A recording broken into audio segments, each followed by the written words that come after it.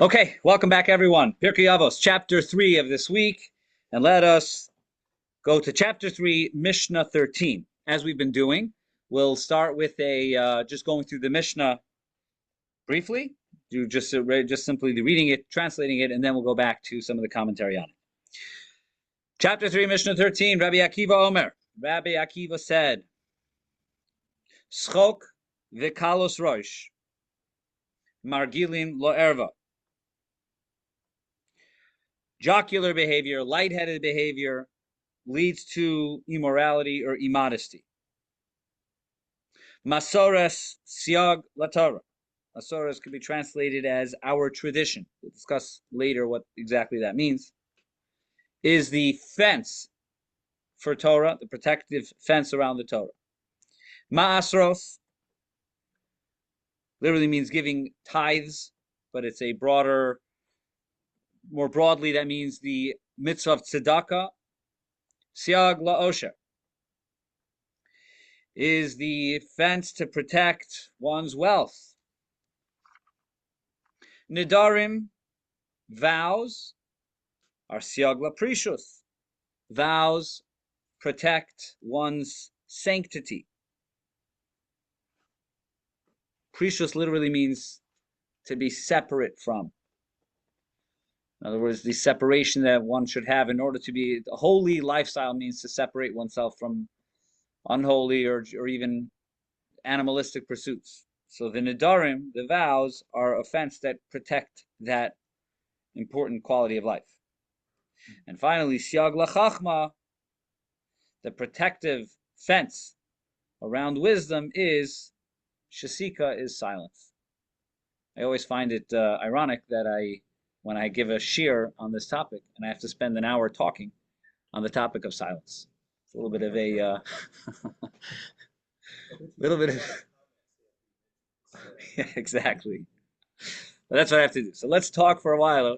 You'll symbolize wisdom by listening, and I'll symbolize, I guess, the opposite by talking. Anyway, but this is the Siag L'Chachma Shasika, which I want to get to that and maybe focus on that for a little while.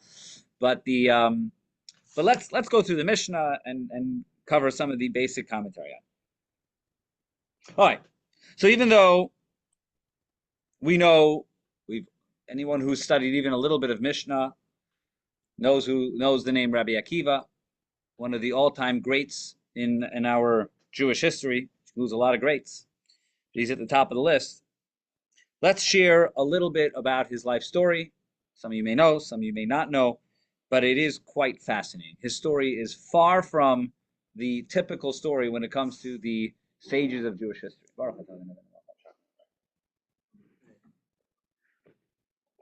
Okay.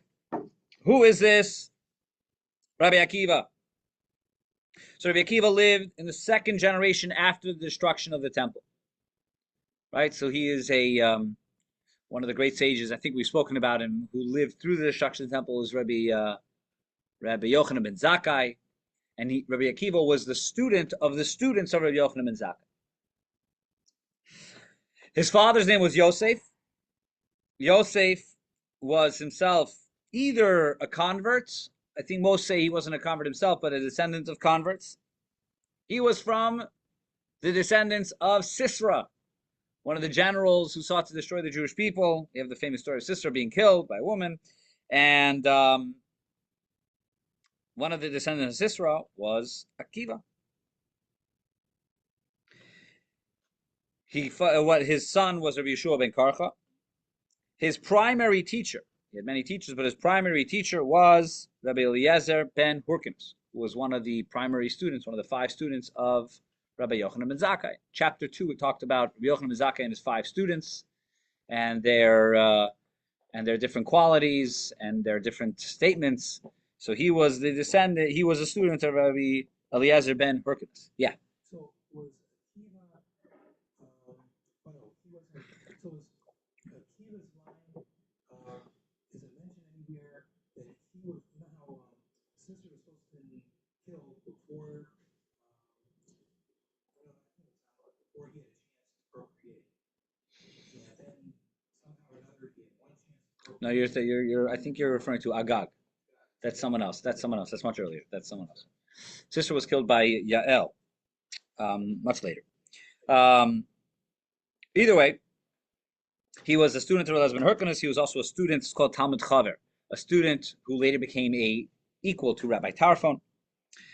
For the first 40 years of his life, or at least the first his adult life up until he was 40, he was a roe tzon. He was a shepherd, and a absolute ignorant shepherd.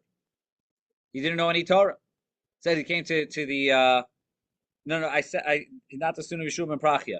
No, I said he was the father of Yeshua ben Karcha, something else. Until he was 40 years old, he had an animosity towards sages. He didn't even know how to recite the Shema at the age of 40. And it was at the age of 40 that he married. It's almost like a Hollywood story. He was working for someone who was very prestigious in the Jewish community, a man named Kalba Savua. And he met this Kalba Savua's daughter. His name was Rachel. And they fell in love. Kalba Savua was understandably very upset about this, because he had very high expectations for his daughter. Here she was going with the very ignorant shepherd. And he told her, if you marry him, then you're out of here. I'm not going to support you in any which way. And she nonetheless pursued that relationship, married Rabbi Akiva, and told him, you have to go study Torah. She believed in him. And she pushed him to go study, and he went to study. And famously, as he was going, he came across a rock. And there was a hole in the rock. And he realized the hole in the rock was because of water that had been just dripping onto the rock over time, and it penetrated the rock. And he said, Torah is more powerful than water. My head is not as difficult as a rock, not as severe. And if the water can penetrate the rock, the Torah can penetrate me as well. And that's what happened. And he went and he studied for 12 years. I guess I have a personal connection to the story because I just turned 40. So maybe this is a good time for me to take my 12-year sabbatical. I'll tell Zisi, we have Talmudic precedent to this. I could say the Shema, that's true. So he went for 12 years, and the Talmud, and it's a very strange story. I'd say most marriage therapists would have a hard time with this, but it says that he left for 12 years, and then he came back 12 years later, and he heard his wife. Someone was complaining to his wife when he came close to his house, saying, your husband deserted you for 12 years. And she said, I'm happy that he's learning Torah. And in fact, I'd be okay with him studying for another 12 years. And he didn't even walk into the house. He turned around and went back for another 12 years. That's what the Gemara tells us. It's in the Avos Rabbi Nassim. And came back then, 12 years later, 24 years now, after leaving the home. This time he had 24,000 students. And one of the famous lines that he said at the time, again, there's a lot of details to the story. It's a very beautiful story. One of the lines he said turns to his students, says, Shali v'shalochem shalahu, which means that that which is mine, that which is yours, belongs to her. That she's the reason for the Torah. The gift that we have is because of her. So this is how he became a great teacher. Now, there's another statement elsewhere which kind of makes it difficult to understand this, because it says for 40 years he was on his own. For 40 years, the next 40 years he studied Torah, and for the last 40 years of his life he taught Torah. We know that he lived to 120. But that doesn't really fit with this description over here, which after 24 years of leaving, he came back and he already had 24,000 students. Unless, I don't know how to reconcile these two statements. Either way, he certainly had a lot of students, and then our sages, the Talmud famously tells us that those 24,000 students all died in a plague between Pesach and Shavuos. And that's when he assembled 5 primary students and continued to teach them Torah. And those 5 students, and it was the Torah that we have today, are really thanks to those 5 students who received from Rabbi Akiva. Those 5 students were Rabbi Meir, Rabbi Yehuda, Rabbi Yossi, Rabbi Shimon, and Rabbi Lezer ben Shammua. This is the story of Rabbi Akiva. A few weeks ago, we spoke about we shared I guess it would have been 5 weeks ago, or even 6 weeks ago, in which we spoke about the Mishna from Ben Azai and Ben Zoma, and we spoke about that unique story in the Talmud about 4 people who went into the Pardes, into the orchard, and it was a mystical experience, and they couldn't handle it. the only one that was able to handle that experience was Rabbi Akiva. So Rabbi Akiva nichnas shalom v'yatzav b'shalom. He went in peace and left in peace. So it really highlights his divine. Even among the sages, he was at a different level. He had the capacity to have that otherworldly experience and process it in a healthy way, spiritually healthy way. Okay, this is a little bit about Rabbi Akiva. And again, we have this tradition that Rabbi Akiva today, the Torah that we have today, is to a great degree thanks to Rabbi Akiva's preserving it and passing it on to the next generation. With that, let's go to what he said, and let's examine the commentary. Start with the commentary of the Bartanura on the statement. So Rabbi Akiva says, "Schok v'kalos rosh margilin le'erva." Schok v'kalos rosh margilin le'erva. Lightheaded and joking behavior leads to erva. Erva is immodesty or immoral behavior. Now, the Bartanura actually does not comment on this, but I think it's important to point out that several commentaries observe, is a direct continuation of the last Mishnah. Last Mishnah is said by a colleague of Rabbi Akiva named Rabbi Yishmael. And Rabbi Yishmael starts by saying, it's almost as if Rabbi Akiva was responding to both statements of Rabbi Yishmael. Shmuel starts by, what does Shmuel say? I'm not going to spend too much time on that, because the point is this Mishnah. Shmuel says, Havi kal l'roish, kal l'roish. You could almost read kal l'roish as being light-headed. It's the same exact words of kalos roish in this Mishnah. So the words kal l'roish is mentioned in Mishnah 12, kalos roish is mentioned in Mishnah 13. In Mishnah 12, kalos roish is mentioned in a positive way. Kal l'roish over there, though, means, kal means light. So over here, kalos roish, the one over here means being lightheaded, means just lightheaded behavior or unserious, correct. But kal roish is so the answer to my question is this: is not serious a good thing or a bad thing? Is not serious a good thing or a bad thing?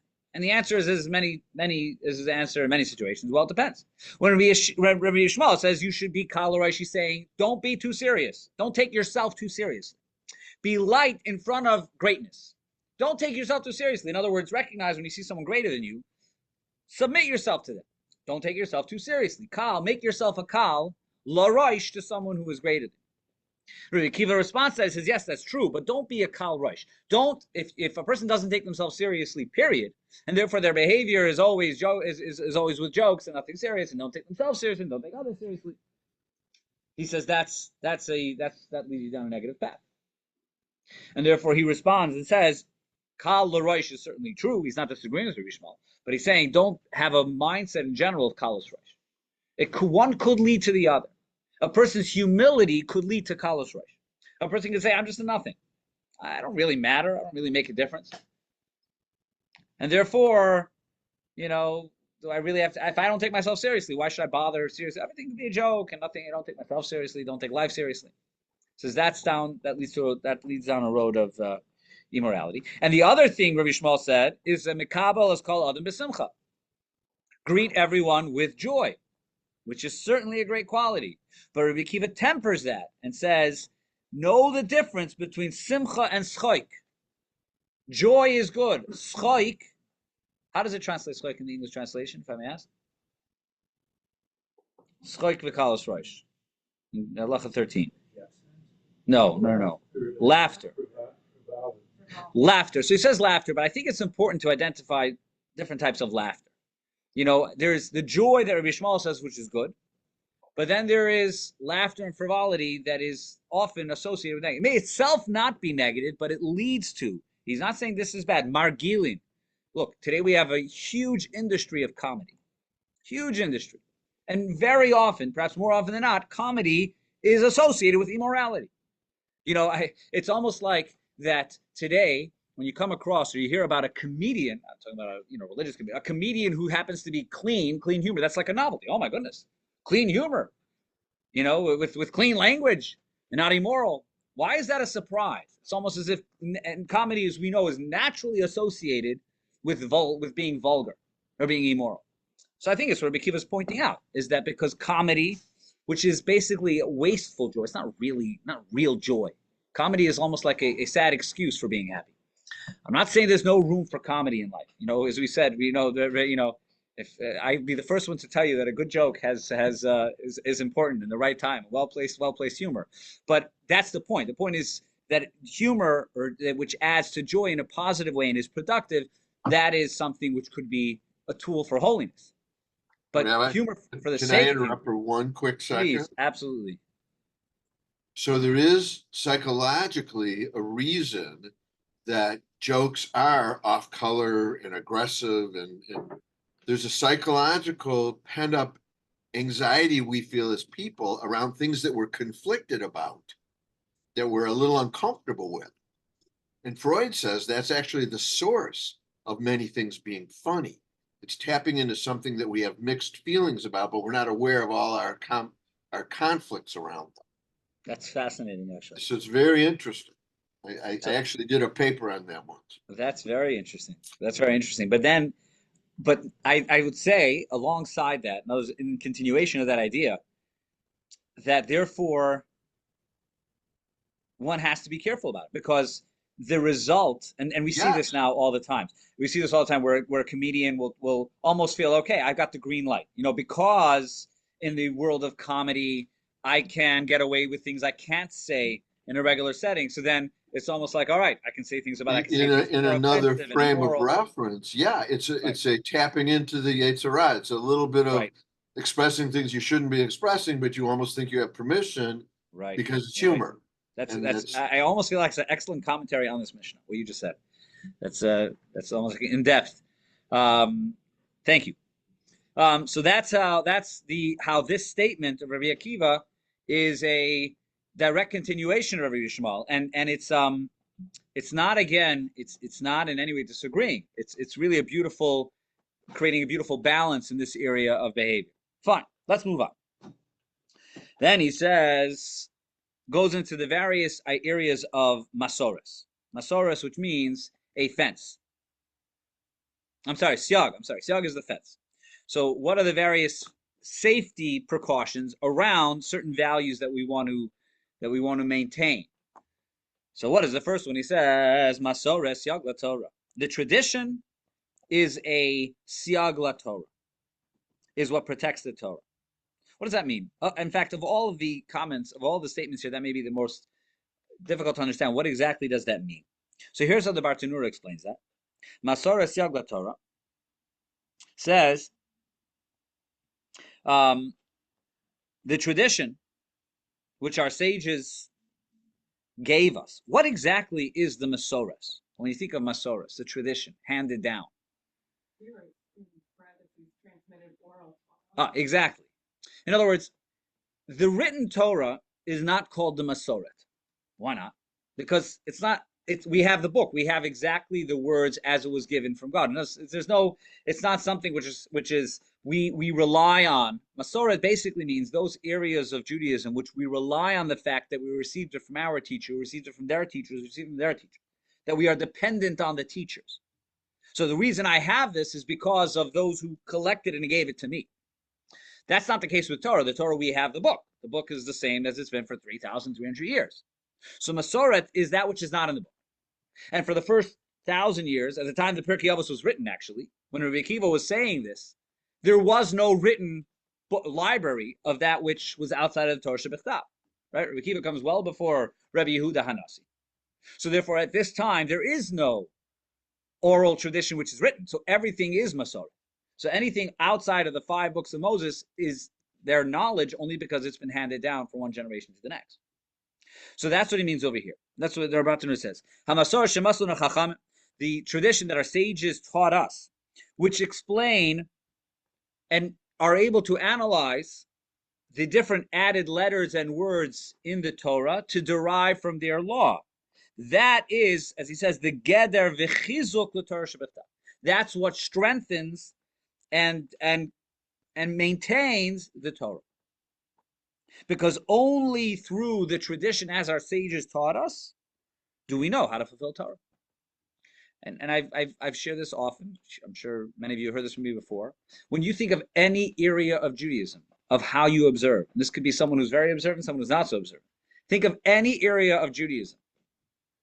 It is certainly almost entirely influenced by how the sages interpret Torah. Think about Shabbos, think about kosher, think about a wedding, think about a bar mitzvah, all those things which you associate with Judaism. Think about a shul. If you look in the Torah, you won't come across the concept of a shul. Beis Hamikdash, a temple. Temple looks very different than our shuls. The minyan, the davening, everything that we do Jewishly, a chuppah, a bar mitzvah, everything that we do Jewishly is based on how our sages either interpreted Torah, that's one, or different customs or ideas which were established afterwards. So this is how we know how to observe Judaism.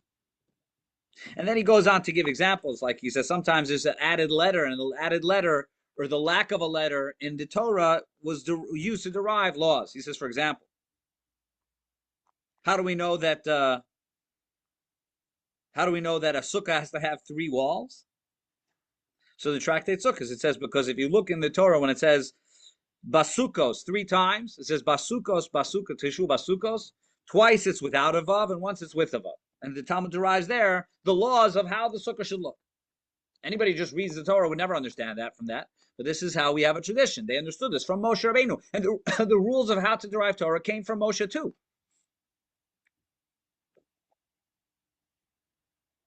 Anyway, so that's how the Bartanur says in the Masoras, is that siag la Torah, if a person simply opened the 5 books of Moses and tried to observe Judaism based on what they read, it would be a very different Judaism. It would be a very incorrect Judaism. And therefore, Masoras, the tradition of how Torah is derived, is the key to how and is the protective fence for Torah. Fine. That's point number 1. The next statement is Ma'asros siag la'osher. Giving charity is the protective fence around wealth. And this is the ultimate counterintuitive statement. If you ask anyone in the world, how do you build wealth or maintain wealth? The answer is, well, put it away, put it into high-yielding fund of some sort, account. The more you keep, the more you'll have. The Torah has a very unscientific approach to this, a very faith-based approach. Is the more you give, the more you'll have. Yeah. So the Karaites have no oral law, and so no kind of word. Are they considered rude, licentious, and are they considered Jewish by Jewish standards?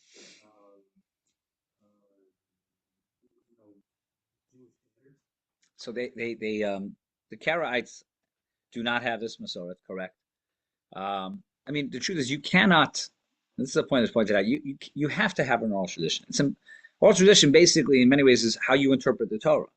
So they just don't follow the rabbinic tradition. They have to have a tradition. When the Torah says, "Do not work on Shabbos," what does that mean? You have to have some sort of interpretation of that.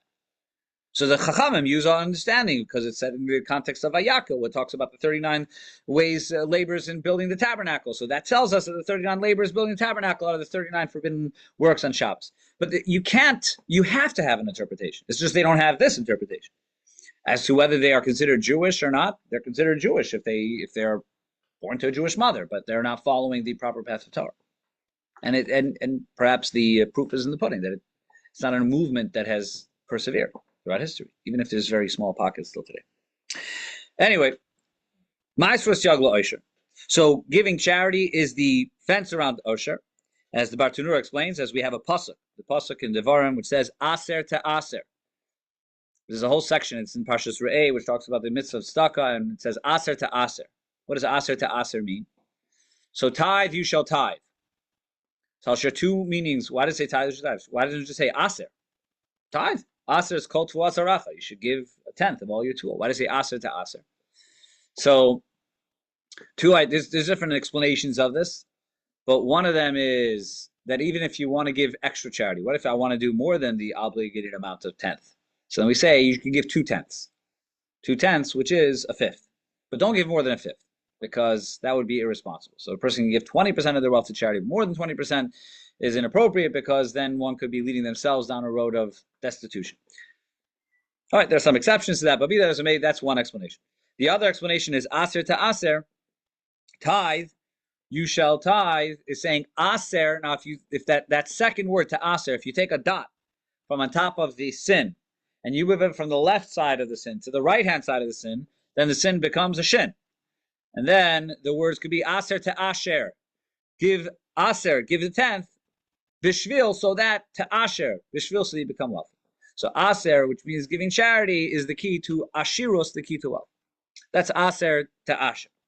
So that is the, but at least Pirkei Avot says over here, is Rabbi Akiva saying aser is at least a protective measure to protect for one's wealth.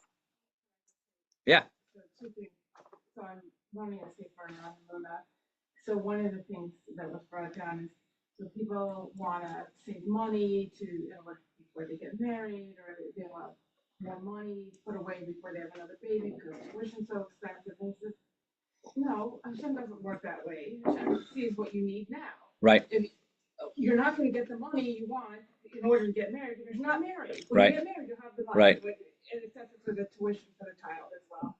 And the other thing, so I was seeing when I was looking at this, tithes are a fence for the riches. Yeah. The other flip side of it is so that because people who are very wealthy don't get bogged down in obligation either. Right. So that gives them the opportunity. Right. So those that you don't get by giving tzedakah reminds you not to be too immersed in the physical pursuits, the pursuit of one's own wealth, and therefore that leads to a healthy lifestyle. And assures. By the way, you mentioned about Sandy was mentioning earlier, people don't hear is the idea of putting away and saving, and the truth is Hashem provides when you need it. So the following is the story. You reminded me of a story which most people probably could not relate to today. This is a story that took place between my wife's family, two of her grandparents, who at the time were not relatives. No, there was a grandfather from her father's side, grandfather from her mother's side. And they were together in, I think it was like a DP camp or something along those lines, right after the war. And at one point, they were friends. This is before they were mechutana. They were friends. At one point, I don't remember which one, so that's why I'm not saying exactly the names. One of them noticed that his colleague, his friend, stopped talking to him. He was sure that he had said something, done something that upset him. He didn't know, what could I have done that upset my my fellow chassid? So after a while, he confronted him. He says, why aren't you talking to me? We're friends. Why aren't you talking to me? He says, no, I heard you did a terrible thing. He said, a terrible thing? What are you talking about? What did I do? He said, I heard you opened a savings account. He says, why open a savings account? You have money.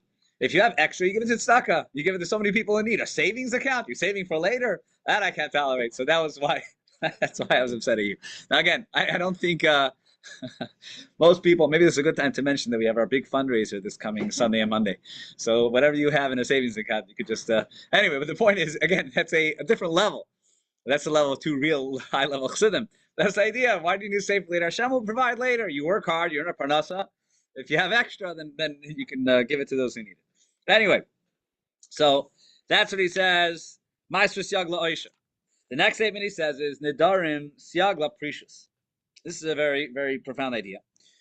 Nedarim siagla precious, which means when a person, the way the Bartanura says, when a person is going down a road of precious, again means separation, but it's separation in a form of sanctity, because sanctity. All right, let's just point this out. What's the Hebrew word for sanctity? What's the Hebrew word for sanctity? Kedusha. Kedusha is everywhere, right? Ata kadosh, Shimcha kadosh, Shabbos kodesh, all these things kadosh. But what is at the root of the word kadosh? Separation. The essence of the word kadosh means separation. When under the chuppah, when the chassan says to the kala, "Hareyat mikudeshetli," does not mean you are holy to me. You know, that's a nice thing too. That's not what it means. It doesn't mean you are separated to me. You're separated from the world, and now to me, we are separated. We become exclusive for one another. So kedusha essentially is separation. Why? What's the connection between holiness and separation? Because holiness, almost by definition, means to separate yourself from something, to separate yourself from a certain, whether it's worldliness, animalistic behavior. That is kedusha.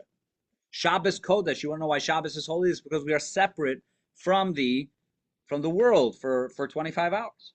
That's what kedusha is, and everyone is charged with the mandate of kedoshim tihiyu. It's one of the mitzvahs. It's a mitzvah that you should be holy. So there is an obligation, and this is very subjective. Everyone has to determine where in their life they need to add in kedusha, where they need to add in some form of separation. And this is also very deeply connected to words in this week's parsha, which is also words that we say every day in the davening. which in the third paragraph of the Shema, we say, you will see the tzitzis, uzachartem es kol mitzvahs Hashem, you will remember all the mitzvahs. And then, v'lo sasuru acharei levavtem v'acharei einechem asher atem zonim acharei.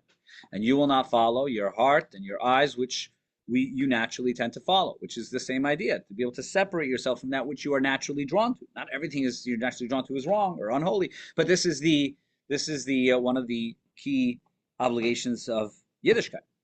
And therefore he says, sometimes when a person is struggling with that, when a person has a hard time, there's an area in their life where they struggle with, so then a neder is a vow to strengthen a separation from something that I need to be separate from.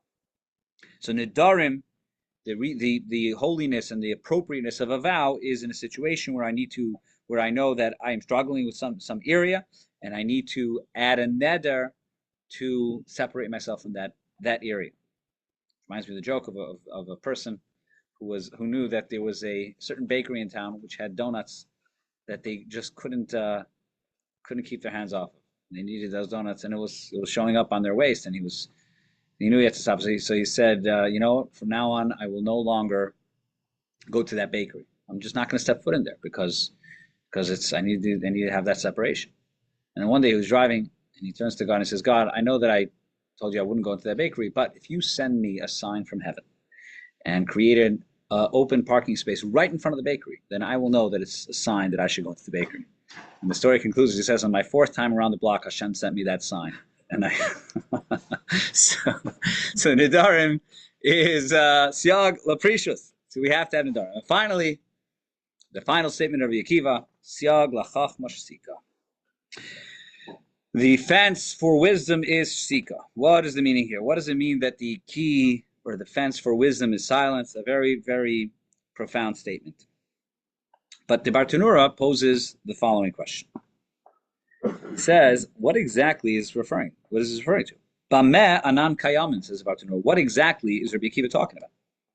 Ibishsika medivrei Torah. If it's talking about silence from words of Torah, I mean, that clearly is not the case. The pasuk says, "V'higisa b'yom v'layla." You should toil and you should study it day and night, and that includes talking.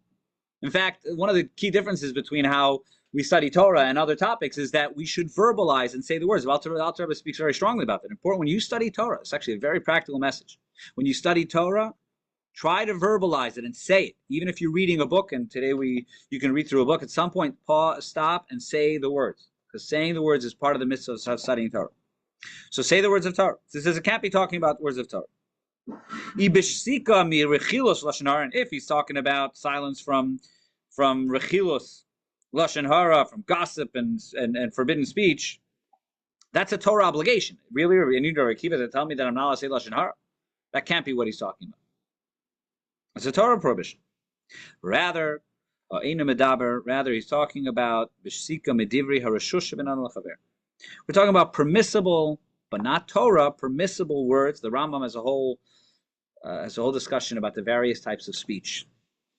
And here he's talking about divri rashus. This is just permissible speech between a person and their friend. And here too, silence is golden. A person should limit the speech as much as possible. And this is the pasuk. And you know the pasuk which supports this is a pasuk from Mishle, which says, "Gam evil macharish chacham yechashev."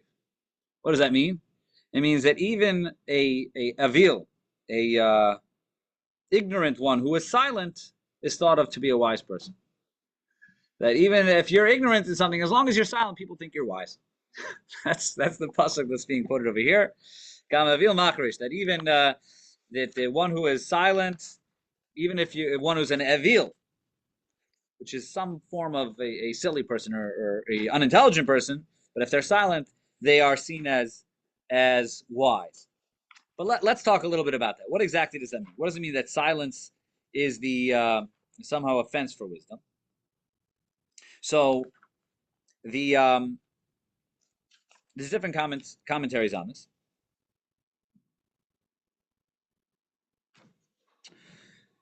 The Bartan, I'm sorry. So we mentioned the Bartanura. Tosfos Yom Tov says that don't don't make the mistake of understanding the Mishnah entirely in the context of the pasuk that we just mentioned, because that basically says that silence is the opportunity to fool people into thinking you're wise, and that's not the case. Even though that's true that it also works that way. But there's no question that silence leads to wisdom, and that's what. And the Bachai, there's two ways of understanding that. Bachai says, firstly, silence is a symbol of wisdom. Because silence is the wisdom of someone who says that if I don't know this, I'm not going to talk about this. And we have very common in human behavior, I think we all struggle with this, is that we feel the need to share our wisdom. And even in a topic which you may not know that much about, and especially when it comes to opinions and hot button topics. And so the immediate thought is, what can I say? How can I contribute to this conversation? And a sign of wisdom is not what can I say, but what can I learn? So it is a sign. You'll see, I'm going to say two things. They're similar, but not exactly the same. One is that it's a sign of wisdom, because it's a sign of wisdom that someone understands that it is wiser to listen than to talk. And then, in addition to that, Rabbeinu Yonah points out that it's also the key to wisdom, because when you're silent, you're going to learn.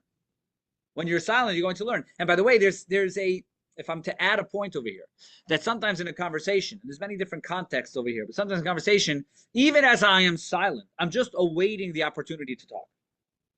No, there's a conversation going on, maybe with a few people, and there's opinions being shared, and I'm just waiting for my turn to share my opinion. So my silence is not really a silence of listening. It's not about creating space within myself to hear. It's more of, as soon as I have a chance, I'll say my opinion on the matter. I'll give my input. And true silence is the ability to silence not only outside of yourself, but inside of yourself. So there's a silence of your words as you project outward, and there's a silence of your thoughts. And perhaps a deeper shika, the deeper key to wisdom over here is to silence the noises inside your head, and say, can I silence them to then create space for new ideas, to hear new things? And there's numerous places in the Pirkei Avot which conveys this idea. The idea of the silence creating space to listen to someone else. And that's the key to wisdom. It's probably key to many good things in life, but it's certainly the key to wisdom, to allow oneself to hear.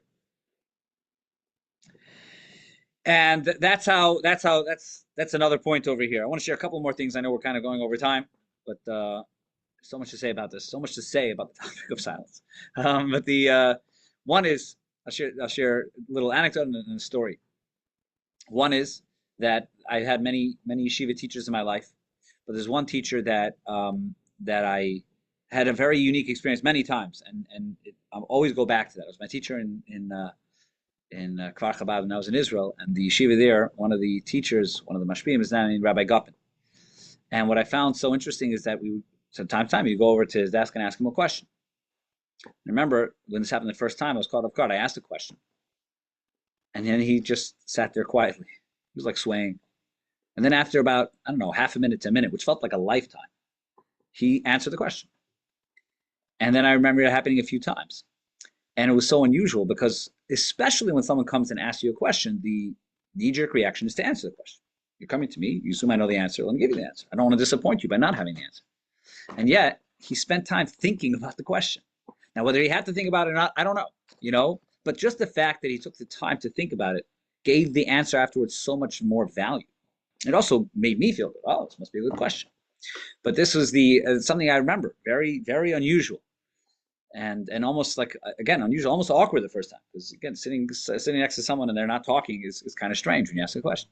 And yet that really struck me, that moment. Second, and finally, I'll conclude with a cute story, the story of the power of silence. And this story is shared probably a little over 100 years ago. There was a Vishnitzer Rebbe named Rabbi Hager, who's known as Big Tzaddik. The story is told that once he was walking with his gabbai, with his attendant, and they passed by a house, big fancy house. And the Rebbe said to his attendant, let's stop by in the house. Really surprised the attendant, because this was not this wasn't a chassid. In fact, this was a person who was known to be perhaps somewhat antagonistic towards religious Jews. He was a Jew, but, a prominent bank owner. All right, they knock on the door. The man opens the door, the owner, and he sees a very illustrious guest. He invites him in, and they're sitting together in the room. And the host is waiting for the Rabbi to say something. He doesn't say anything, just quiet. At some point, he goes off to the side and motions to the attendant. And he calls him over. He says, "What's going on here?" He's not saying anything. And the attendant says, "I have no idea. We passed by your house. He said he wants to go in. We're here. That's all I know." Fine. After a few minutes like this, the Rebbe gets up and says thank you, and he gets ready to leave the house. As they're walking outside the house, the man says, "Okay, I can't." He says, "Rabbi, I don't understand. You came to my house. You sat down with me. You didn't say anything. Why'd you come?" So the Rebbe says, "I came to fulfill a mitzvah. Baruch Hashem, I was able to fulfill it." Why are you in here? So he Ready to go? says, what is the what mitzvah are you talking about? He says, well, there's a Gemara that says that just as you're obligated to warn, encourage someone to do a mitzvah or tell them about a mitzvah to do if they're going to do it, if there's something they're not going to do, then better not to say anything to them. Better not to say something if they're not going to listen. So that mitzvah I don't often get to fulfill. Most people listen to me. But I knew that over here, I would come. Whatever I want to ask you, I know you're not going to listen to. So by coming here and not saying something, I fulfill that mitzvah. So now he really, the bank owner was really intrigued. He said, what are you talking about? How do you know I'm not going to listen? He says, you're not going to listen. He says, I know. He says, try me. So I says, okay, I'll tell you. I got a request a few days ago from a woman, apparently recently widowed. And she's in destitute state, and her home is in foreclosure, and she's going to lose her house. And apparently, you, the banker, you're the mortgage is in your bank system. So I figured I'd come by. You could probably help her, but I just didn't think you would. So that's why I came here and didn't say anything. So the banker says, "Oh, I'm so sorry. It's not within my, there's a system in place, and the system in place doesn't allow me to just." To forgive a huge debt, there's nothing I really can do about it. So he says, yeah, I figured. That's why I didn't say anything. I figured this would be the response. That's why I came and didn't say anything. And he left. The man went back into his house, and he could not get this out of his head. And he was tossing, he last night in bed, he was tossing and turning, and he just couldn't, that encounter really, it was very profound, and he couldn't. Next morning, he made a decision. He got up, he said he went to the bank, and from his personal account, he paid off the mortgage of that woman. And so this is a story shared about the vision of Rabbi. And perhaps it's a beautiful example of how the power of silence, in a very unusual way, how the power of silence for the Rebbe and the wisdom of silence was able to resolve a very challenging situation. All right, thank you everyone for joining us and for giving me the opportunity to share these beautiful messages together. God willing, we will continue next Thursday with the next lesson. 2 weeks from now, it may be a challenge, but next Thursday we should be on next Thursday is July 4th. I don't know how that affects people, but I hope to, maybe we should serve hot dogs and hamburgers, but hopefully we'll do the lesson on chapter 4 next week.